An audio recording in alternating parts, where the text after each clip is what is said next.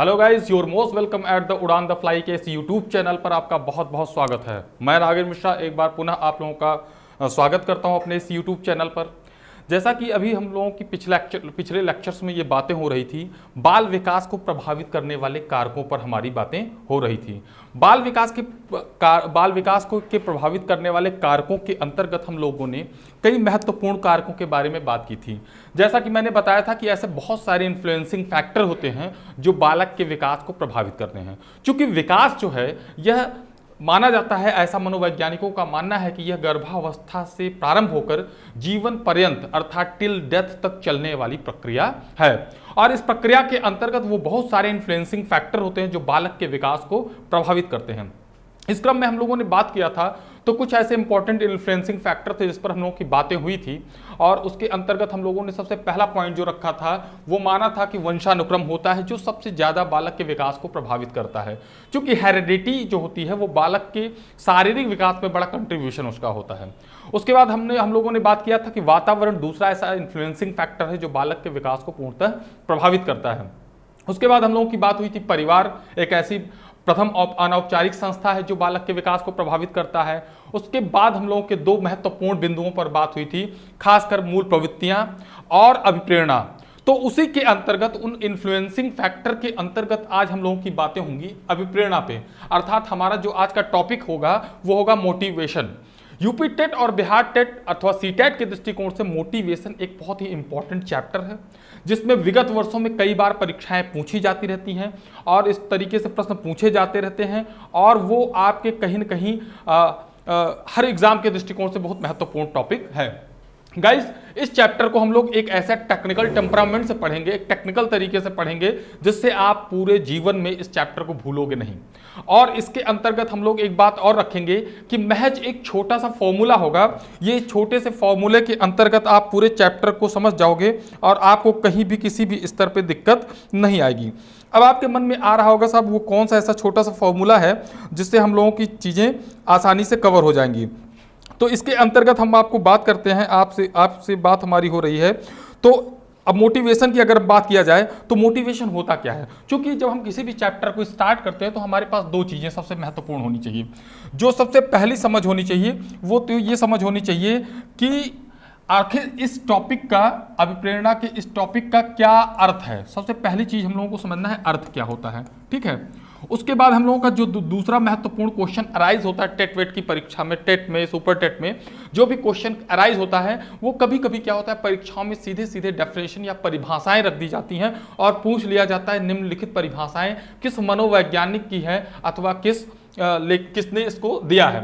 दूसरा हमारा सबसे महत्वपूर्ण फैक्टर क्या हो जाता है, परिभाषा अर्थात डेफिनेशन।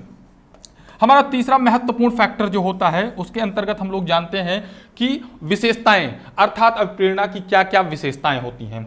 विशेषताओं के साथ साथ हम लोगों की बात होगी वो कौन कौन से ऐसे एलिमेंट या वो कौन कौन से तत्व हैं जिससे मोटिवेशन की आधारशिला तैयार होती है, या हम लोग कह सकते हैं तत्व। कभी कभी क्या करता है पूछ लेता है 3-4 एलिमेंट या 3-4 फैक्टर दे देता है और उसमें से पूछ लेता है निम्न में से कौन सा मोटिवेशन अथवा प्रेरणा का तत्व है अथवा कौन सा नहीं है। इसी मुद्दे पे हम लोगों की बात होगी।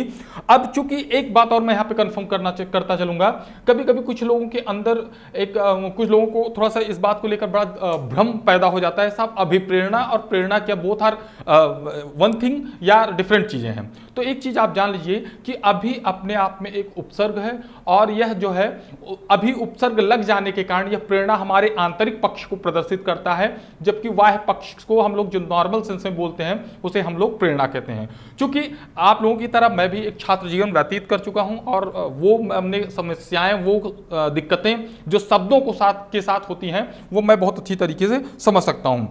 इस क्रम में आज हम लोगों की बात हो रही है।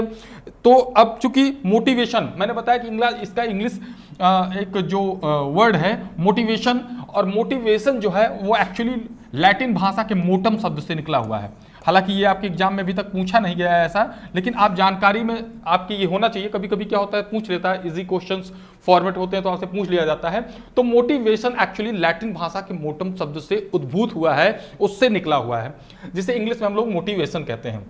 अब अर्थ की बात अगर हम करते हैं, अर्थ वो अर्थात मोटिवेशन का अर्थ क्या होता है, प्रेरणा का अर्थ क्या होता है, अब आप समझने की कोशिश करिए। यहां पे सिर्फ एक परिभाषा मैं बताऊंगा और उस चीजों से आपका की चीजें बहुत आसानी से क्लियर हो जाएंगी। एक महोदय थे गुड एक मनोवैज्ञानिक थे। उन्होंने कहा किसी कार्य को आरंभ करना और उसे जारी रखना तथा उसे नियमित करने की प्रक्रिया क्या है, अभिप्रेरणा है। बहुत सामान्य सी परिभाषा है, ये बहुत सामान्य सी परिभाषा है कि किसी कार्य को आरंभ करने में, उसे जारी रखने में तथा उसे नियमित अर्थात कंटिन्यूअस करने में जो हमारा एक डिराइव काम करता है, जो हमारी चालकता, एक हमारा अंतर्निहित काम करता है, वही क्या होता है, हमारी प्रेरणा अथवा प्रेरणा होती है। अब आप समझिए, जैसे आप जीवन में कुछ बनना चाहते हैं, सामान्य शब्दों में समझिए, जैसे आप जीवन में कुछ बनना चाहते हैं तो एक सामान्य शब्दों में या हम लोग बहुत व्यवहारिक शब्दों में यूज करते हैं जज्बा। तो ये जो जज्बा है यही आपका क्या है, अपने आप में प्रेरणा अथवा अप्रेरणा का काम करता है। अब चूंकि ये प्रेरणा और अप्रेरणा दो तरीके से होती हैं, हालांकि मनोवैज्ञानिकों ने इसको दो तरीके से विभाजित किया है, डिफरेंशिएशन किया है।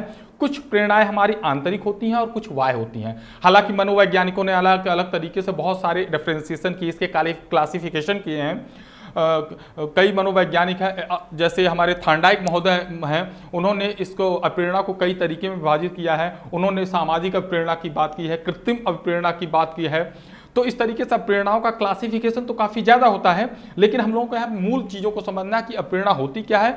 तो आप ऐसे ही समझिए कि किसी कार्य को करने के लिए हमारे अंदर जो एक अंतर्नोद काम करता है, अर्थात एक चालकता काम करती है, यही क्या होता है, यही मोटिवेशन होता है, अर्थात यही हमारी क्या होती है, अभिप्रेरणा होती है। तो सामान्य शब्दों में अगर आपसे पूछा जाएगा कि इसका अर्थ क्या होता है, तो आप सीधी सी बात बताओगे कि मोटिवेशन का सामान्य अर्थ क्या होता है, मोटिवेशन का सामान्य अर्थ होता है चालकता अर्थात ड्राइव, अर्थात अंतर्नोद, अर्थात एक ऐसा अंतर्नोद जो हमें किसी कार्य को प्रेरित करने के लिए, उसे कंटिन्यूअस बनाए रखने के लिए जो हमारे अंदर विद्यमान होता है, वही क्या होता है, वही हमारा क्या होता है, मोटिवेशन होता है। ओके, इतनी चीजें क्लियर हो गई। अब हम लोग आते हैं सेकंड स्टेप पे, परिभाषाएं। चूंकि यहाँ पे अभी ये सारी चीजें मैं आपको कैजुअली बताते चल रहा हूं, फिर हम लास्ट में वो अपना ट्रिक यूज करेंगे जिस ट्रिक की हम अभी बात कर रहे थे कि महज एक फॉर्मूले से आप मोटिवेशन चैप्टर से रिलेटेड जितने भी क्वेश्चंस परीक्षा में पूछे जाते हैं वो बहुत आसानी से आप हल कर लेंगे। दूसरी बात होती है परिभाषा की। तो परिभाषा के अंतर्गत मैंने अभी आपको बताया कि गुड साहब की ये परिभाषा कई बार पूछा जा चुका है कि किसी कार्य को आरंभ करने, उसे जारी रखने, उसे नियमित करने की प्रक्रिया को क्या कहते हैं, मोटिवेशन कहते हैं। अब हमारी बात आती है तत्व, अर्थात वो कौन कौन से एलिमेंट होते हैं, वो कौन कौन से कारक होते हैं जो हमें कार्य करने के लिए प्रेरित करते हैं या अभिप्रेरणा को जन्म देते हैं। अब आप समझिए, एक फॉर्मूला है वो हम आपसे अभी जिक्र करना चाहेंगे, इसको आप ध्यान रखिएगा। m equal to n plus D plus I, m equal to n plus D plus I. अब आप सोच रहे हो साहब ये आपने क्या लिख दिया, इसको हम थोड़ा सा साइड में है, इसको हम दूसरे तरीके से लिखते हैं। अब आप समझिए ये फॉर्मूला है m equal to n plus D plus I. यही वो फॉर्मूला है जिस फॉर्मूले से आप पूरे चैप्टर का पोस्टमार्टम कर सकते हैं। समझिएगा, यहां पे m से तात्पर्य क्या है, आपका मोटिवेशन से तात्पर्य है, ठीक है। अर्थात m क्या है, आपका मोटिवेशन है, और यही मोटिवेशन को हम लोग क्या कहते हैं, अभिप्रेरणा कहते हैं। यहाँ हिंदी और इंग्लिश दोनों में मैं लिख दे रहा हूँ क्योंकि बहुत सारे बच्चे जो होते हैं हिंदी भाषी होते हैं उनको थोड़ा दिक्कत होती है। मोटिवेशन, और यहाँ पे हिंदी में मैं लिखता जा रहा हूँ, इसका मतलब क्या होता है, अभिप्रेरणा। अब प्रेरणा में वो कौन कौन से एलिमेंट होते हैं वो चीजें समझिए आप। सबसे पहला शब्द मैंने जो लिखा है एन लिखा है। अब एन का मतलब होता है गाइस नीड, अर्थात आवश्यकता। अब आप समझिए कोई चीज कि अब आपके मन में एक बड़ा संशय ये उत्पन्न हो रहा है, साहब ये अभिप्रेरणा का आवश्यकता से क्या संबंध है। एक्चुअली क्या होता है, जब हम किसी कार्य को कब करते हैं, जब हमें उसकी आवश्यकता होती है। अर्थात हम अपने जीवन में कोई भी कार्य करते हैं, निश्चित तरीके से उसका कोई ना कोई उद्देश्य होता है। बिना उद्देश्य के हम किसी कार्य को संचालित नहीं करते, उसका कोई एक निश्चित उद्देश्य होता है या उसका संबंध हमारी जरूरतों से होता है। इसके कारण हम लोग क्या होता है, हमारी कुछ न कुछ जीवन में आवश्यकताएं हैं। तो अभिप्रेरणा का मतलब क्या होता है, सबसे पहली प्राथमिकता क्या होनी चाहिए, हमारे लिए एक आवश्यकता होनी चाहिए। जब आवश्यकता होगी तो हमारे अंदर क्या करेगा, एक डिराइव काम करेगा। इसी डिराइव को अभी हम जो मैं बोल रहा था चालकता, इसे सामान्य शब्दों में हम लोग कहते हैं, और मनोवैज्ञानिक टर्म में हम लोग इसे क्या कहते हैं, इसे हम लोग कहते हैं अंतर्नोद। क्या कहते हैं? अंतर्नोद। फिलहाल मैंने चालकता लिख दिया है, और भी लोग अगर इसको समझना चाहे तो इसे क्या कहते हैं? अंतर्नोद भी कहते हैं। अब यह अंतर्नोद क्या करता है? देखिए, जब हमें किसी वस्तु की या किसी चीज की आवश्यकता होती है तो उसको पाने के लिए हमारे अंदर एक क्या होता है? एक अंतर्नोद, एक डिराइव काम करता है, एक चालकता काम करती है। और यही चालकता क्या होती है? यही चालकता हमें उस कार्य को क्या करती है? अब देखिएगा, इस फॉर्मूले को अगर आप गुड के परिभाषा से कोरिलेट करेंगे तो सीधे सीधे चीजें समझ में आ जाएगी। किसी कार्य को आरंभ करने, भाई आरंभ आप कब करेंगे? जब आपको आवश्यकता होगी। उसे जारी रखने, आप किसी चीज को जारी तब रख पाएंगे जब आपके अंदर जज्बा, चालकता या अंतर्नोद, बोथ आर वन थिंग, ठीक है, एक ही चीज है सब, ये जब आपके अंदर काम करता रहता है। फिर क्या होता है? आई का मतलब होता है इंसेंटिव। अब इंसेंटिव से तात्पर्य आप लोगों ने व्यवहारिक जीवन में सुना होगा इंसेंटिव। जैसे कुछ लोग कहते हैं भाई मेरी सैलरी 15,000 प्लस इंसेंटिव है। इंसेंटिव क्या होता है? एक्चुअली यह एक टाइप की प्रोत्साहन राशि होती है। जब हम किसी कार्य को बहुत अच्छे तरीके से संपादित करते हैं तो कंपनी है या फैक्ट्री है या जिस सिस्टम के अंतर्गत हम लोग काम करते हैं वो उसके लिए हम लोगों के लिए कुछ एक्स्ट्रा पेमेंट करती है, जिसे हम लोग सामान्य शब्दों में कह सकते हैं कार्योत्तर वृद्धि। क्या कह सकते हैं? कार्योत्तर वृद्धि। इसे शुद्ध हिंदी में अगर हम लोग बात करें तो ये हो जाएगा कार्योत्तर वृद्धि। और यही कार्योत्तर वृद्धि जो है हमें क्या करता है? उस कार्य को कंटिन्यूअस करने के लिए प्रेरित करता रहता है। तो इस तरीके से ये एक फॉर्मूला है। इस फॉर्मूले से आपकी दो चीजें निकल के आती हैं। अगर m = n+di आप याद रखेंगे तो यहां से दो चीजें निकल के आएंगी। पहली बात तो गुड साहब की आपको डेफिनेशन बिल्कुल याद हो जाएगी, जो विगत परीक्षाओं के यूपी टेट में कई बार पूछा जा चुका है कि किसी कार्य को आरंभ करने में, उसे जारी रखने में तथा उसे नियमित करने की प्रक्रिया क्या है? अभिप्रेरणा है। और दूसरा क्या है? अगर आपसे पूछ लेता है कि अभिप्रेरणा के कौन कौन से तत्व हैं तो आप बिल्कुल आसानी से उत्तर दे सकते हो। नीड अर्थात आवश्यकता, डी ड्राइव अर्थात चालकता, आई इंसेंटिव अर्थात कार्योत्तर वृद्धि। अर्थात इसे कार्योत्तर वृद्धि के साथ साथ इसे हम लोग क्या कह सकते हैं? प्रेरक भी कह सकते हैं। क्या कह सकते हैं? प्रेरक। ध्यान दीजिए, प्रेरणा नहीं, प्रेरक। यहां प्रेरणा तो ड्राइव वाले फॉर्म में चला जाएगा, इसे हम लोग क्या कह सकते हैं? इसे हम लोग प्रेरक भी कह सकते हैं। कुछ किताबों में प्रेरक शब्द यूज किया गया है। तो इस तरीके से हमारा ये क्या होता है? ये मोटिवेशन जो है, इस तरीके से मोटिवेशन का हमारा ये प्लेटफॉर्म तैयार होता है। अब और अगर इसके हम लोग दूसरे फेज में चलते हैं, निश्चित तरीके से अगर आप लोग लाइव है तो इसको आप स्क्रीनशॉट ले लीजिए, क्योंकि ये फॉर्मूला बहुत ही कारगर है आपके परीक्षा के दृष्टिकोण से। अब हम लोग चलते हैं अगले पड़ाव की तरफ। हम लोग अगले पड़ाव की तरफ देखते हैं तो अगले पड़ाव के अंतर्गत एक क्वेश्चन और पूछा जाता है, इससे एक क्वेश्चन और पूछा जाता है इस टॉपिक से। वो मूलभूत तरीके से ये पूछा जाता है कि मोटिवेशन के अंतर्गत निम्न में से कौन सिद्धांत मोटिवेशन के अंतर्गत आते हैं या कौन कौन से सिद्धांत अभिप्रेरणा से संबंधित हैं। इस तरीके से विगत वर्षों में परीक्षाओं में पूछे गए हैं इस तरीके से प्रश्न, तो वो हम जानेंगे। पहली बात तो ये मान लीजिए कि आपको मैंने जो ये बताया, जैसे ये मोटिवेशन का शब्द है, ऐसे आपकी परीक्षा में क्वेश्चन कैसे सेटअप करेगा। मान लीजिए जैसे आपसे पूछेगा निम्नलिखित में से अभिप्रेरणा का तत्व नहीं है, वो क्या करेगा? आवश्यकता डाल देगा, प्रेरक डाल देगा और आपका क्या अंतर्नोद डाल देगा और भी कोई एक ऐसा फैक्टर डाल देगा जो आपके इससे संबंधित नहीं है। तो आप इस बात को याद रखिएगा कि ये 3 एलिमेंट्स जो होते हैं, ये जो 3 फैक्टर होते हैं, यही जो होते हैं मोटिवेशन का निर्माण करते हैं। ओके, हम लोगों की बात हो रही थी अब विशेष चूंकि सिद्धांतों पे। अभिप्रेरणा से संबंधित वो कौन कौन से सिद्धांत हैं जो हमारी परीक्षा में पूछे जाते हैं। ये भी ऐसे पूछेगा वो कौन सा सिद्धांत है जो अभिप्रेरणा से संबंधित है, वो कौन सा सिद्धांत है जो अभिप्रेरणा से नहीं संबंधित है। तो यहाँ पे मैंने बताया कि अभी आपको मैंने बताया था कि एक फॉर्मूले से आपका सारा काम हो जाएगा, तो इसी चीज को आप याद रखिएगा। फिर से एक बार मैं उसी फॉर्मूले को लिखता हूँ, m = n+d+i। यहाँ याद रखिएगा n का मतलब होता है आवश्यकता, मैंने बताया था। तो पहला याद रखिएगा, आवश्यकता का सिद्धांत अगर पूछ ले किस फैक्टर से संबंधित है या किस चैप्टर से संबंधित है, तो ये आवश्यकता का सिद्धांत जो है ये आपके किससे संबंधित है? अभिप्रेरणा से संबंधित है। किससे संबंधित है? अभिप्रेरणा से संबंधित है। फिर दूसरा अगर पूछ लेता है सिद्धांत, अंतर्नोद का सिद्धांत किससे संबंधित है, तो अंतर्नोद का सिद्धांत भी क्या होता है? वो भी आपका किससे संबंधित है? अंतर्नोद का सिद्धांत भी आपका अभिप्रेरणा से संबंधित है। इस तरीके से ये हमारा दूसरा सिद्धांत निकल के आ गया। एक तीसरा सिद्धांत होता है हमारा, ये जो तीसरा सिद्धांत हो जाएगा जिसे हम लोग कहेंगे प्रेरक सिद्धांत, प्रेरक का सिद्धांत, प्रेरक का सिद्धांत। तो इस तरीके से ये 3 सिद्धांत अगर पूछे जाते हैं, अब इसमें से क्या पूछ लेगा, इस तरीके से पूछ लेगा निम्नलिखित सिद्धांतों में से कौन सा सिद्धांत अभिप्रेरणा से संबंधित है अथवा अभिप्रेरणा से संबंधित नहीं है, इस तरीके से आपसे पूछा जाता है। अब चूंकि हम लोगों का क्लासिफिकेशन पे थोड़ी सी बातें होंगी, ऐसे कौन कौन सी अभिप्रेरणाएं हैं जो हमारा ये किस किस के अंतर्गत या किस टाइप से क्लासिफिकेशन किया गया है। अब हम लोग बात करेंगे कि अभिप्रेरणा का वर्गीकरण किन किन लोगों ने किया है। एक्चुअली अभिप्रेरणा का वर्गीकरण की अगर बात की जाए तो थार्नडाइक ने इसका वर्गीकरण किया है। कभी कभी पूछ लेता है कि कौन कौन से मनोवैज्ञानिकों ने इसका वर्गीकरण किया है, तो इसका वर्गीकरण मूल रूप से थार्नडाइक ने किया है, गैरेट ने किया है, मैस्लो ने किया है, इत्यादि तरीके से किया है, इत्यादि विद्वानों ने किया है। जैसे आपकी परीक्षा में पूछ लेता है कि निम्न में से कौन सा अभिप्रेरणा है, ठीक है, निम्नलिखित में से कौन सा अभिप्रेरणा जैविक अभिप्रेरणा है, कौन सा अजैविक है, कौन सा सामाजिक है और कौन सा कृत्रिम है। तो एक्चुअली अगर हम लोग बात करते हैं, जैसे एक अभिप्रेरणा आती है, यहाँ पे लिखते हैं, पहला पॉइंट नोट कर लीजिएगा। जैसे एक अभिप्रेरणा होती है जैविक अभिप्रेरणा, ठीक है, जैविक अभिप्रेरणा। अब आप सोचो कि साहब ये जैविक अभिप्रेरणा से क्या तात्पर्य है। एक जैविक अभिप्रेरणा होती है, दूसरा क्या होता है, सामाजिक अभिप्रेरणा।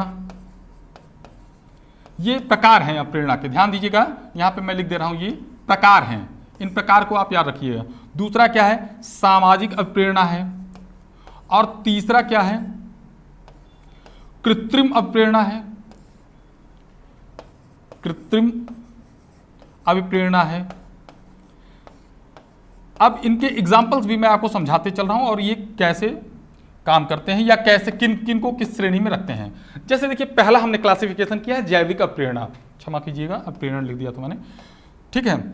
जैसे पहला मैंने प्रकार में डिवाइड किया था जैविक अभिप्रेरणा। अब आप सोचो कि साहब ये जैविक अभिप्रेरणा से क्या तात्पर्य है। एक्चुअली जैविक अभिप्रेरणा जो होती है, ये ऐसी अभिप्रेरणाएं होती हैं जिनका संबंध हमारे क्या कहते हैं स्वाभाविक क्रियाओं से होता है। किससे संबंधित होता है, अर्थात ये अभिप्रेरणा वे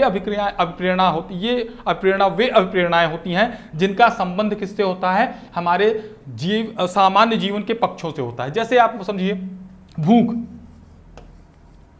प्यास, नींद, ये जो हमारे फैक्टर हैं, ये क्या है, हमारे जो है जैविक अभिप्रेरणा के अंतर्गत होता है। एक्चुअली इसका संबंध क्या होता है, हमारे जन्मजात पक्षों से होता है। जैसे क्या करेगा, आपकी परीक्षा में भूख, प्यास, नींद और एक आध कोई अभिप्रेरणा डाल देगा, पूछ लेगा निम्नलिखित में से कौन सा जैविक अभिप्रेरणा नहीं है, तब वहां पे उत्तर देना थोड़ा सा कठिन हो जाता है। तो जैविक अभिप्रेरणा वे अभिप्रेरणाएं होती हैं जिनका संबंध हमारी स्वाभाविक प्रक्रियाओं से जुड़ा होता है, ठीक है, स्वाभाविक प्रवृत्तियों से जुड़ा होता है। जैसे भूख, भाई भूख जब आपको लगेगी तो आपको खाने के लिए आप प्रेरित होंगे, उसके लिए कार्य करेंगे, ठीक है। नींद लगेगी तो आप सोने के लिए परेशान हो जाएंगे। तो इस तरीके से जैविक अभिप्रेरणा का संबंध क्या होता है, यह जन्मजात होता है और इसका संबंध हमारी स्वाभाविक क्रियाओं से होता है। दूसरा है सामाजिक अभिप्रेरणा। सामाजिक अभिप्रेरणा के बारे में भाई, चूंकि जैसे अरस्तु महोदय ने कहा था कि मनुष्य क्या है, एक सामाजिक प्राणी है, और सामाजिक अभिप्राणी जब होता है तो निश्चित तरीके से वह समाज से कुछ प्राप्त भी करता है और कुछ देता भी है, आदान प्रदान होता है। तो चूंकि मनुष्य समाज में रहता है और सामाजिक प्राणी होने के कारण उसकी समाज से कुछ अपेक्षाएं होती हैं, वह समाज में कुछ उसका अपना क्या होता है, आत्मसम्मान भी होता है, कुछ चीजें उसका अपना कह सकते हैं, जिसे हम लोग सामान्य जीवन बोलते हैं ईगो होता है। तो सामाजिक अभिप्रेरणा वे प्रेरणाएं होती हैं जिनका विकास सामाजिक वातावरण में होता है। क्या होता है, सामाजिक अभिप्रेरणाएं वे अभिप्रेरणाएं होती हैं जिनका विकास सामाजिक वातावरण में होता है। और ऐसे अभिप्रेरणाओं के अंतर्गत हम लोग क्या रख सकते हैं, प्रतिष्ठा। ऐसे अंतर्गत हम लोग क्या कर सकते हैं, प्रतिष्ठा, सम्मान, उदारता, ठीक है। ये सारी चीजें क्या होती हैं, इन सब का विकास हमारे सामाजिक वातावरण में होता है। क्योंकि देखिए, जब व्यक्ति समाज में होता है तो निश्चित तरीके से उसको प्रतिष्ठा की चाहत होती है, भाई वो सोचता है समाज में हमारा नाम हो, ठीक है। तो इस तरीके की जो प्रेरणा काम करती है, इसे हम लोग क्या कहते हैं, इसे हम लोग कहते हैं सामाजिक प्रेरणा। निश्चित तरीके से अब आपके मन में आ रहा होगा साहब कृत्रिम अभिप्रेरणा किसे कहते हैं। तो एक्चुअली यहां पे कृत्रिम अभिप्रेरणा से तात्पर्य यह होता है कि ऐसी अभिप्रेरणा जिसको हम प्रेरित, जिसका जैसे मान लीजिए सपोज दैट आप एक टीचर हैं, चूंकि all of you becoming a teacher in future, जितने भी लोग पढ़ रहे हैं देख रहे हैं वो उनका निश्चित तरीके से ध्येय है कि भाई शिक्षक बनना। तो उनके सामने एक लक्ष्य ये होता है कि भाई कृत्रिम अभिप्रेरणा क्या होता है। तो कृत्रिम अभिप्रेरणा ऐसी अभिप्रेरणा होती है जिसका हम लोग क्या करते हैं, एक निश्चित वातावरण में इसका निर्माण करते हैं, और इस निर्माण के अंतर्गत बालक क्या होता है, किसी भी कार्य को करने के लिए प्रेरित होता है। जैसे आप समझिए, अगर हम क्या होता है कि मान लीजिए आप एक शिक्षक हैं और आपने ये कह दिया कि भाई कक्षा में जो प्रथम आएगा उसे पुरस्कृत किया जाएगा।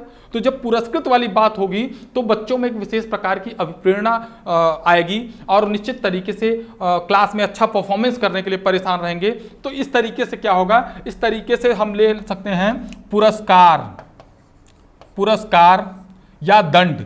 ये क्या होते हैं, क्योंकि दंड और पुरस्कार कौन बनाता है, हम लोग अपने निश्चित वातावरण में बनाते हैं। तो इस तरीके से ये क्या होता है, दीज आर आर्टिफिशियल मोटिवेशन, ये कृत्रिम अभिप्रेरणाएं होती हैं या कृत्रिम अभिप्रेरणा के अंतर्गत जाना जाता है। तो इस तरीके से आप इस चैप्टर को समझ गए होंगे और बिल्कुल ट्रिकी बेस पे आधारित था। और निश्चित तरीके से मेरे इस चैनल को लाइक करिएगा, सब्सक्राइब करिएगा। आपको जो चीज़ें न समझ में आई होगी कमेंट कोड करके हमें बताइएगा। बहुत बहुत धन्यवाद, आप कंटिन्यू बने रहिए। Okay, thank you.